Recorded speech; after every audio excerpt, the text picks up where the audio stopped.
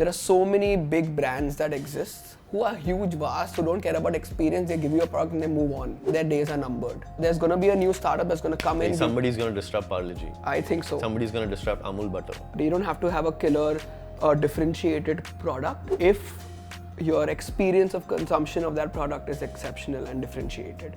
I would love to agree with you.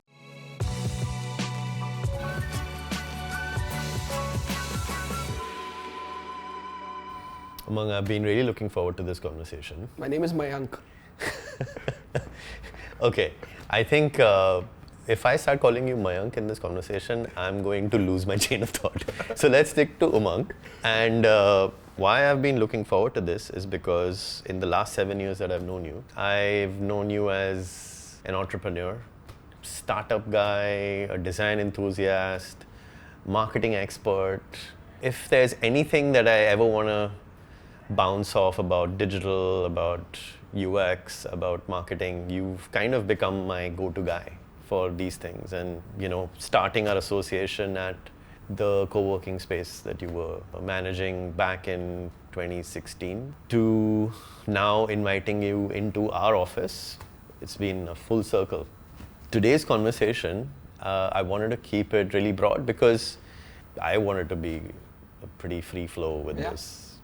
Thank you so much for having me. I've been an experience designer for 20 years.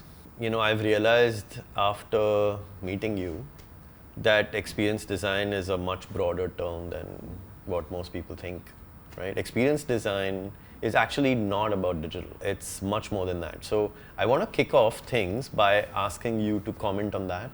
What do you think about the era of experience economy, so to speak? And where does your latest project fit into all of this? Basically, where we are as a society right now, I'll start with that. We've never been more comfortable, right? I talk to entrepreneurs all the time and want to be entrepreneurs. What do you mean by comfortable? Basically, we have all our needs met. We're not in the Middle Ages where there's too cold outside, suddenly it's warm inside, you know. We have the best equipment available to us, travel is a pleasure, etc. But having said that, we're still consuming in a big way. People come and tell me, hey, Umang, I want to start a new company, but I don't have an idea. This idea is taken, that idea is taken. You're right, most ideas are taken. Where you sort of differentiate and where you add value is in the small things. And that is where the experience economy comes in. Those are the key differentiators, I believe. For example, you're a UX designer. Most websites basically look and feel the same. If you're talking about an e-commerce website, Amazon has set a template and most people try and follow that. But what makes the act of shopping a pleasure would be those details and the experience part of it that makes it more interesting. I think that is what I look at when I talk about experience design. With co-working specifically, an office is an office. But having said that, what I try and do a little bit differently is when you walk into office, can I make your sort of walk into office a little bit more fun? Can sort of your coffee experience be a little bit more fun? So those details, I think, is what really defines a good experience versus an average experience. So I want to get into a little bit more detail on that, but before I do, let's just step back for a bit. And for those of you who are watching this, who may not know the full history of Umang, I know that you did work in a corporate job. I did, yeah. So just tell us a little bit about your evolution. Yeah, so I was an investment banker. The last thing I associate with Umang is investment banking. Yeah, me too. Banking. It was a different life. I was working in Switzerland in private equity, moved to India and was doing investment banking for a large corporate. Why move back to India? The reason I moved back to India was I think there's more opportunity here to make real change, in the sense that when you live in Switzerland, etc., obviously it's a great lifestyle, but having said that, there's not much happening. Everything that's built there in terms of infrastructure, in terms of ideas, everything is in place. In India, there's a long way for us to go to get to that level. There's a lot more opportunity. Which is why I moved back. That's interesting. So you're saying you moved back because you wanted to be part of that change. Absolutely. That is happening right now. It feels like a Swadesh movement, but that's not what I'm trying to get at. The idea is that, I'll give you an example. We were doing large deals in private equity where we were buying and selling companies. We would do one deal a year. You're working a whole year and you're doing one deal. And that was very normal for them. Because there's not much to do and the deal size was massive. So you just have to do one deal a year for them to make the money that they need to. Versus when I came to India working for this MNC, we were doing 16 deals a month. Micro deals, but there was a lot more action. There's a lot more for me to do. And in terms of learning as well, you learn a lot more when you're doing a multitude of things. So that is why which was the right call, I think, to move back to India, because there's a lot more opportunity, a bigger sort of index that you can do in terms of making a change. So high on action, right, high on opportunity. Right. You wanted to be part of that growth spurt. Right. So investment banking happened then. Investment banking happened, and I was deeply unhappy. I hated going to office. I come from the US, where it's very normal for your boss and you to be friends. That was not happening. There was a strict hierarchy. They had cabins they were sitting in. Everyone was working like robots. And I thought, this is not what life is about. You should enjoy work. How old were you back then? I was about 22, 23. And I was spending 8, 9, 10 hours of my life at work. And there was nothing done to make me stimulated, make friends, etc., etc. And that's where the thought of... It was all about the money. It was all about the money, all about the work, all about productivity. But that's not what life is about. If you're spending 8, 9, 10 hours for the next 30 years of your life doing that. How much money were you making? You don't have to answer. Not enough. I'm sure you were making a lot of money as an investment banker. I was doing well, but having said that, I was, like I said, and that's part of it, right? Where it's got me to today.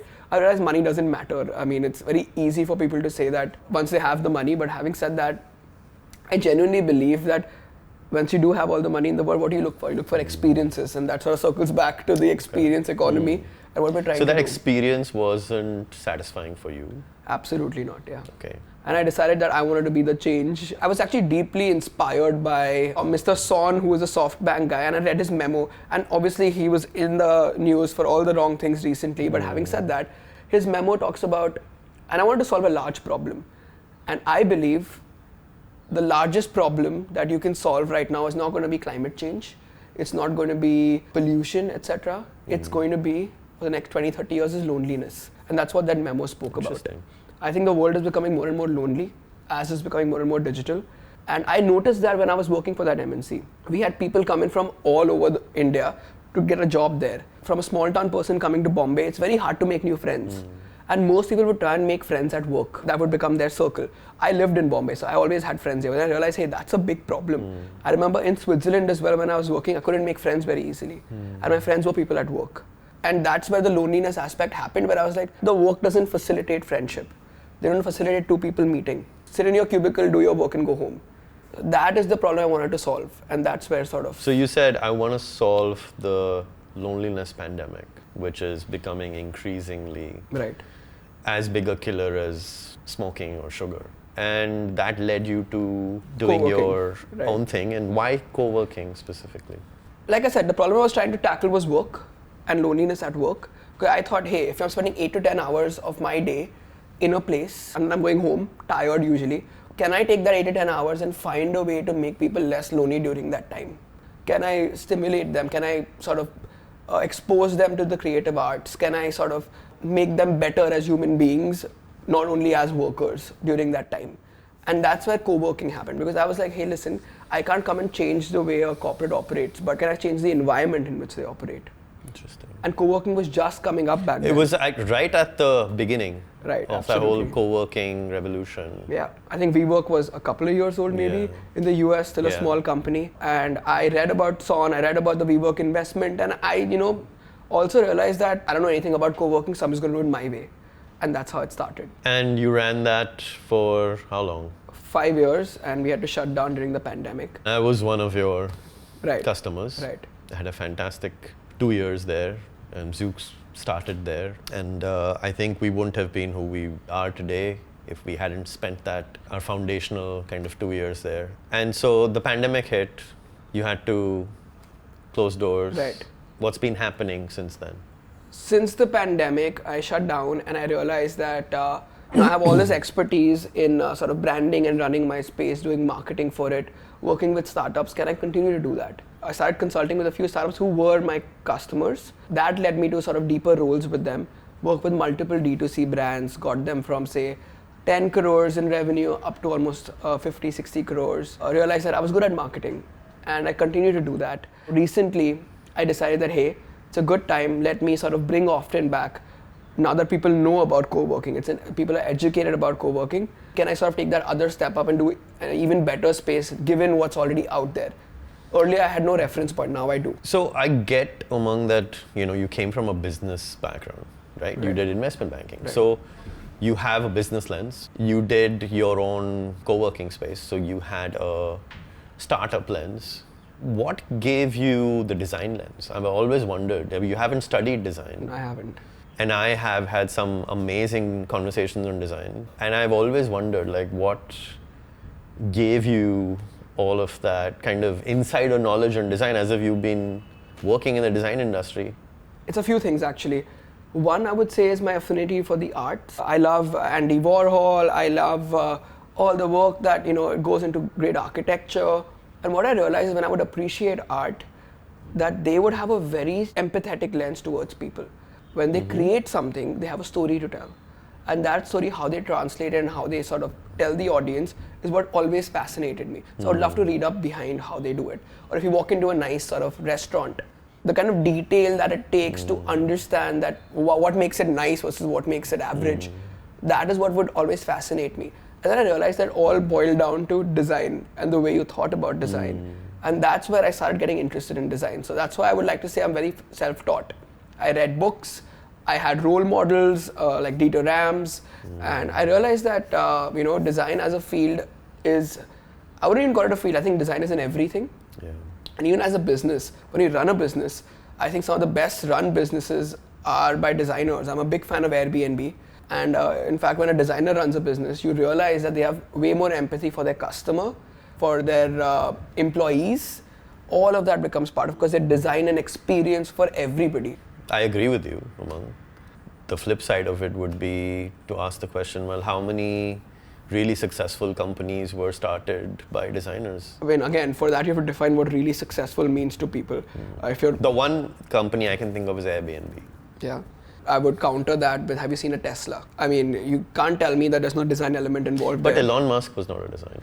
Steve Jobs was a designer, I would say. He was a calligrapher, right? That's what he studied. Elon Musk, you may not call him a designer. Like, I'm not a designer, but that doesn't mean we're not all designers. We have a design lens. That's what So makes it you're design. saying people who come with a design bent of mind when they start businesses, there's more thoughtfulness, There's more empathy. Empathy Yeah. in every little thing that is put together.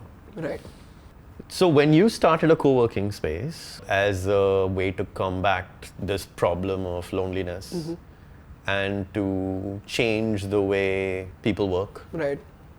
didn't you think that, well, co-working is becoming a thing, but digital is a bigger thing? Why not just start a digital business?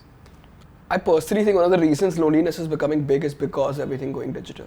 When the first pandemic hit, which was back in the day in the Middle Ages, people were dying, I think it was a plague, I don't know, etc. And they shut down everything, right? And there was not enough government facilities, etc. take care of people. But when the pandemic was over, all industries were sort of shut down. What was the first industry you think that must have come up? Travel? No. Travel was not a thing back then, they didn't have airplanes, so. I had no idea. Theatre. Because people looked for entertainment. They wanted to go out, meet people, and watch something. So if you see, during the pandemic, the number one industry was OTT. Yeah. And that's what I realized, that, hey, people are looking for meaningful interaction.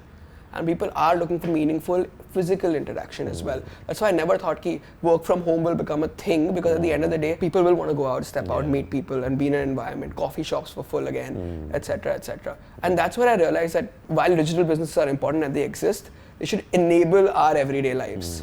And what is our everyday life? Our everyday life is very physical. And that's how I thought about it. That's awesome. So as you navigating into building the second avatar, so to speak, of your co-working project, what lessons from the first time are you kind of putting into the second version? As a broader question, what's your playbook for exceptional experiences? I think, it's always the details. This time there's going to be more detail. There are going to be nuances within the space. There are going to be more moments where people are going to be like, hey, this has been designed for me. And that personalization is what I'm going to be adding this time. Indigo Airlines, for example, the kind of personalization they add, every single so detail oriented. That's the sort of playbook here this time. My space first was an office space. This time, the way I've sort of thought about it is we're an art and culture space first, or we're also an office space. Oh, first an art and culture space, Yeah. and second a workspace. Yeah, because I think that's our key differentiator this time.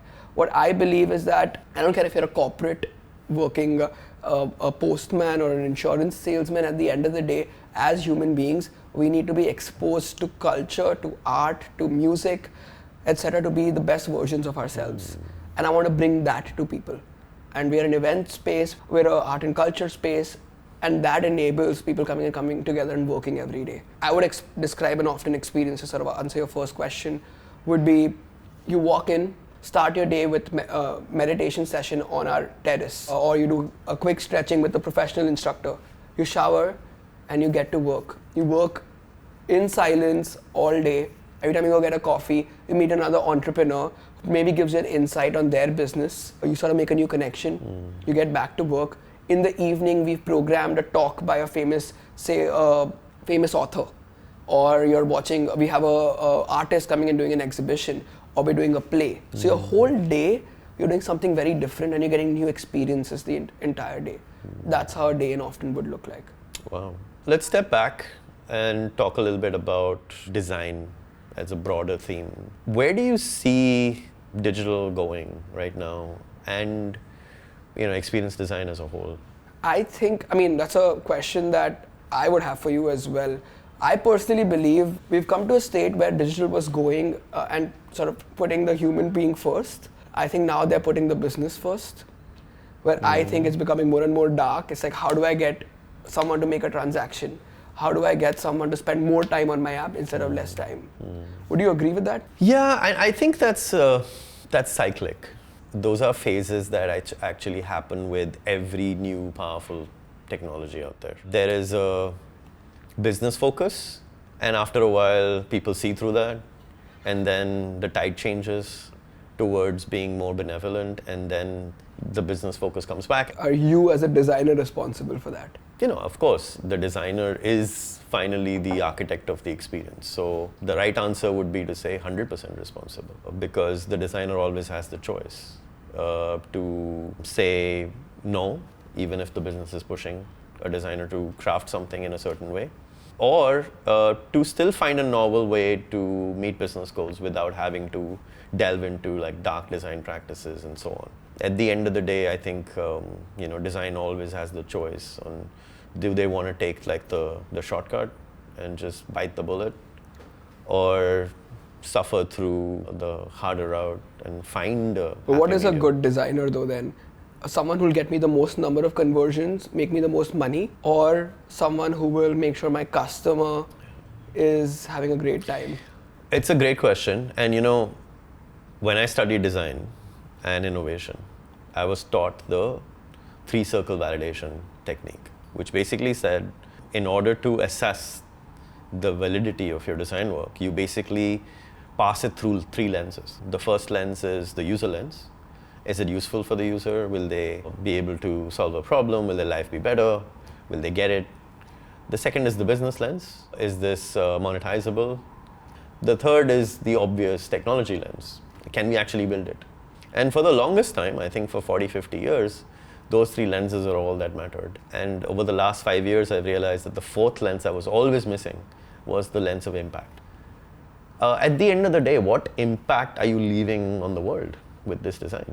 I mean, every time somebody drinks a Coca-Cola or eats out of a packet of chips that Lay's makes, I think they forget the impact lens. And so I would say a good designer is somebody who passes their design work through all the 4 lenses and be able to, say to themselves, to their own conscience, that they were actually able to meet the criteria for success. But is that like a very privileged way of looking at, some designers need a job and they need to make money first?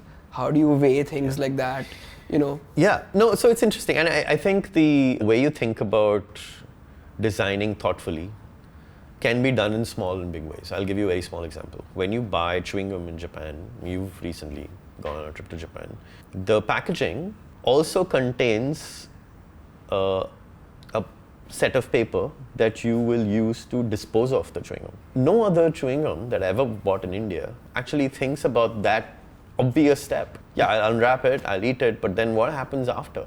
But what about that packaging cost or that paper cost you're adding to your, Yeah.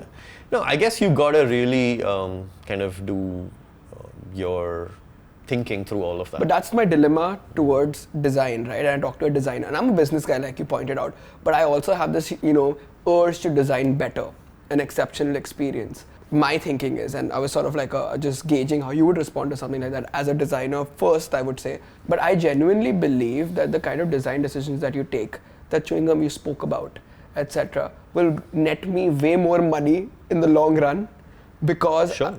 It's free marketing. Yeah. People talk about it. What chewing gum brand will you talk about? Today you're going to talk about that one. Correct. And that's where sort of it snowballs. What people forget is that the long-term and also, lens. are people ready for a kind of chewing gum brand that cares about the disposal of it, right? I think they are. That's the thing. Exactly. And so, if you think of impact independent of where the world is today, then I think it's going to be a tough road to walk on. But today, the people that matter, the cohort that matters, cares about the impact of what they do and the companies they buy from. Right. I would say being thoughtful in design is not just good for the world, it's good for business. Absolutely. At the end of the day. I think it is, and I keep going back, exceptional company, Indigo, and I always tell this story, is when I asked for a cup of water, and they gave me a cup. They could have given me any cup, like it's a paper cup, right? But they had a riddle on it, and I interacted with that. And I thought that was so genius. It was such a great idea, because at the end of the day, I had a little moment, I told people about it, and also made me appreciate Indigo more. So that's interesting. So how would you differentiate for somebody who doesn't really quite get the difference between experience versus just an activity or just an action, right? So you said drinking water out of a glass versus drinking water out of a glass that has a puzzle on it. You're saying one is an experience, the other is just an action. Right. What's the difference, essentially? The difference is that, can I create a memorable moment for you in that second? Right? You can buy any toothbrush, but if you buy an interesting toothbrush or a pink toothbrush, you're making a choice. It's, look at Steve Jobs, etc., and Mark Zuckerberg, they wear the same clothes every day. They want to reduce the number of choices they're making. But having said that, look at the flip side. Everything we do, from the way we dress, the way we sort of carry ourselves, all of these are choices we're making. And if I facilitate that choice from a business point of view, for example, I do that, be like, hey, I chose Indigo, they did something cool for me on the cup, I like them, and I'll remember them, versus they give me a normal cup, I move on with my life, I probably don't even notice it. So you want to create moments in people's lives, and that's what we try and do as experienced designers, where we give someone a moment thinking, hey, we thought about you, we did this extra for you. That little bit of caring, a little bit of empathy that we sort of add to the act. So you're saying that in the off 10 2.0, the number of memorable moments that you'll embed into everyone's day-to-day are going to be way more. Absolutely. Than what you had in the first avatar. 100%. Every single moment, I think really deeply about the second you walk in. For example, we're on the second floor, elevators that come up, and sometimes there's a wait at 5, 6 o'clock when people are leaving and the elevators are full. It takes a second for the elevator to come. I have a TV in my lobby playing old retro music videos. I don't need to put a TV in my lobby. I mean, it's outside where the elevators are. But I'm like, can I add some entertainment to your day while you wait for the elevator? But how much experience becomes too much after a while? Aren't you just kind of tuning out after a while? I think that's a challenge that we as designers have to keep sort of building, where can I add a little bit more, or can I pull back a little bit? Can I do something slightly differently? And that's what keeps it exciting, right? Because I'll give you the counter to this, right? So when you go to a spa, that's an experience as well, right? But their definition of good experience is how to remove as much sensory input as possible, right? So very low lighting, very quiet, with maybe very soft music. People will be almost whispering. And so their definition of good experience design is, let's cut down sensory input, because sensory input will lead to more relaxation, and people will actually be able to shut down, even if it's for an hour, at least in our space. How do you respond to that in the context of a co-working space where people are already being bombarded with so much from their phones to the laptops they're working on. And now you have a co-working space that's also trying to make everything memorable, from drinking a cup of coffee to waiting for the elevator to switching on the lights. That's the thing. I mean, that's again, when we talk about balance, you're right, it'll be a bit much if you just talk about the experiences that are memorable. But there are also times, for example, in often when you walk in, we have dedicated cabins that are your own sanctuary. Cuts off everything. It's designed very minimally. So when you're working, you can concentrate on the work, right?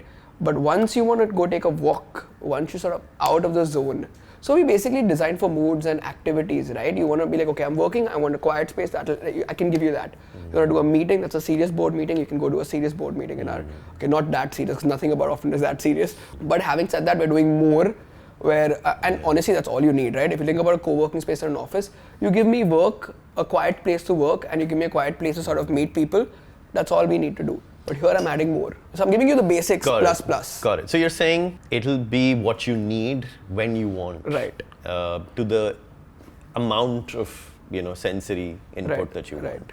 As someone who's been like a connoisseur of experiences, right, both physical and digital, what would be your pick for the one exceptional experience that you've had with a brand, or whether it's physical or digital, or it's a product, or, what would your pick be? That's interesting. I mean, there are lots of lenses to sort of look at this by. I mean, whenever I've talked to you, you've always given me fantastic examples. But if you had to pick one, that's hard. It's very hard to do. I can't pick one, but obviously Indigo we already spoke about. In a similar bent of mind, I would say Virgin Atlantic was fantastic. I actually read about this. It wasn't an experience I had, but I read about this in Richard Branson's. I think it was a book. Where in Virgin Atlantic, when you're flying first class, they would give you salt and pepper shakers that were shaped like windmills, and people would steal them. Okay, I remember this. Yeah, and so the marketing guy or the ops guys go up to Richard Branson. They're like, "Hey, listen, they're stealing these cute windmills. They're expensive. Should we remove them?" He said, "Don't remove them." On the bottom right, stolen from Virgin Atlantic. So what that happened is that made it a memorable marketing experience, because when you would steal it, example. And you'd sort of take it in your home and put it out there, and a guest would pick it up and they would say like, hey. That's a great example. It would do marketing for them, it would be memorable. So almost making it legit for people to steal it, yeah. But still calling it stolen. Yeah. That is an interesting kind of weird great marketing experience. Yeah. Since you mentioned airlines, one airline I wanted to pick your brains about is Ryanair.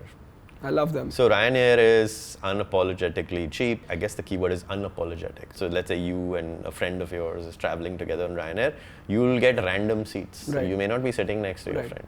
And so, one person was complaining about how he and his girlfriend were assigned, random seats and they couldn't fly together, and how that's atrocious and very disappointing. Any other airlines would have been like, hey, we're really sorry about this. We'll make it up to you, and Ryanair cares about you. Ryanair's response was, you don't get random seat allocation, I guess. Yeah. And that was it. Yeah. What's your take on that? Because they are really hated, but people still fly them and they are so successful. I think I love them. I mean, I think it's a great... So their strategy is let people hate us? Yeah. The best brands do that. They're themselves unapologetically. And Ryanair is the best example of that. You get what you pay for. Their point of view is simple. You want a $15 ticket, you can't have everything. Right. And I can... So you're choosing us for being cheap, don't expect great service. Yeah, treat them like every other airline. I give you a $15 ticket and I don't do random seat allocation, and also serve you a meal and etc. But $15 can only get you that far, right? The quality of the meal will be bad. The sort of staff they hire will be bad to do your sort of check-in process, etc. Yeah. The plane will be small. Here, it actually helps them by being upfront. So you're saying don't try to be someone you're not. I mean, your expectations of the customer. Just focus on your core USP. Yeah. Go big on that. Yeah. Forget about everything else. So are you saying the key really then in an experience economy to be successful is to be authentic? I mean, authentic to a point where people might hate you, but it is who you are. I'd rather have people have an opinion about me than be indifferent to me. And that's key. In today's experience economy, like if, for example, a zipper, you don't care what brand zipper you have, so you will just buy any. You become a commodity. But the second you make like a pink zipper that zips interestingly, etc., then people come ask for you. or they don't ask for you, but you're at least memorable. So you're saying there's no choice but to be the purple cow. Absolutely. Because that's where the world is. So outside of airlines, if you had to give me another example of an experience that has really stood out to you. I can talk about Japan, and I think everything is so exceptionally designed there. But I'm trying to think of an example from India that would make me... Why Japan? Because I think Japanese live in a different... they're, I think, 100 years ahead of us. They are so deep in the way they think and they design. I feel like you go there and you realize that only when you're there that you're like, I never thought this could happen. But do you think Japan is really embracing the whole experience economy transformation? I think they still seem very old economy.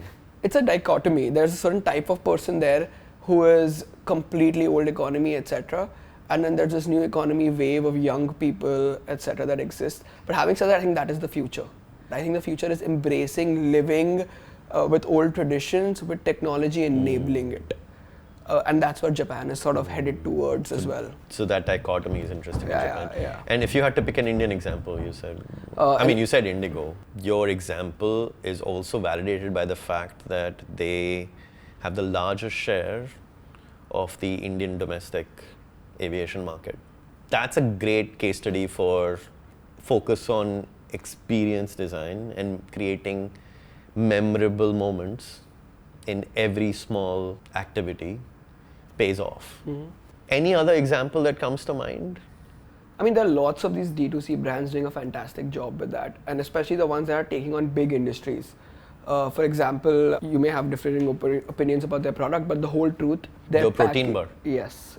The packaging that they do, the little note that they write, even their after sales, so they send the emails that they send, it almost seems that they truly care about your health. So let's say the whole truth came up with a biscuit. Do you think they can take on Parle-G? There are so many big brands that exist, like a Nirma washing powder, or a Parle-G, or a Jockey, etc., who are huge, vast, who don't care about experience. They give you a product and they move on. Yeah. But I think those days their days are numbered. There's going to be a new startup that's going to come in. Somebody's going to disrupt Parle-G. I think so. Somebody's going to disrupt Amul butter. And it's probably going to be another brand from within the portfolio of a Nestle or a HUL a butter company that is experience focused, that writes killer copy, right, is going to come and make us change our Amul butter habit. I think so, because it's happening already. The more you sort of... I would love to agree with you. Yeah. Sounds really impossible sitting here right now. But I think that's the future of... People are going to seek out experiences in their everyday moments, in their everyday life. And that's where the experience economy is heading. And I think it's up to you, designers like you and me, to sort of make the experience so exceptional that even if you're an Amul butter person, you're like, hey, this butter spoke to me, let me try it once. And that one change from Amul butter is actually going to be like a big one for you then going forward, because you're going to keep buying things based on experience. So what you're saying is, as a startup or as somebody who is looking to disrupt an industry, you need to think in terms of making every small action more memorable. Is that the one advice you would give to somebody who's looking to start a company today? Absolutely. You don't have to have a killer differentiated product if your experience of consumption of that product is exceptional and differentiated. You can give me the same Parle-G in a packaging that speaks to me, and I will pick that more and more going forward. Your product doesn't need to be differentiated anymore, it just needs to be good. And then you focus on the soft side, the soft selling, the soft marketing, where you're talking to the customer, etc. And you will see the tide turn and people start buying your stuff. And that's what I truly believe in. Where do you see your co-working space often in the next 5 years? For me right now, it's day to day. You wake up in the morning and you do the best sort of job you can. Obviously, I have plans, etc., to expand and be everywhere. Scaling is important to me. Kind of experience I'm offering and the kind of need I'm fulfilling is needed everywhere. Across India, across, I would say, the world. So we are sitting across from Delphi. Right. Which is, I think, an example of traditional corporate offices. And in a sense, that's your competitor. I don't think about them as competition at all, to be honest. We're offering very different products. So why should somebody not go to Delphi and go to you? Because you're going to have a better time. You're going to be more productive, which is what some people look for. Your employees are going to be happier. They're going to stay with your company longer. They're going to meet interesting people. You're going to, as a founder, meet new people and have and find synergies in your business is going to do better. Why would you put that all aside and be like, hey, I don't want any of that and I'm going to sit in my office? If you had to have a tagline, I don't know if you have one for often. We do, yeah. What is it? Do what you love and do it often. Wow. On that note, Umang, I'd like to wrap this up. Thank you again. Thank you so much for having me. Wonderful, broad-ranging conversation. And I hope I can convince you to come for a part 2. Yeah. Maybe 6 months in to Often's second avatar. Absolutely. All right. Thank you.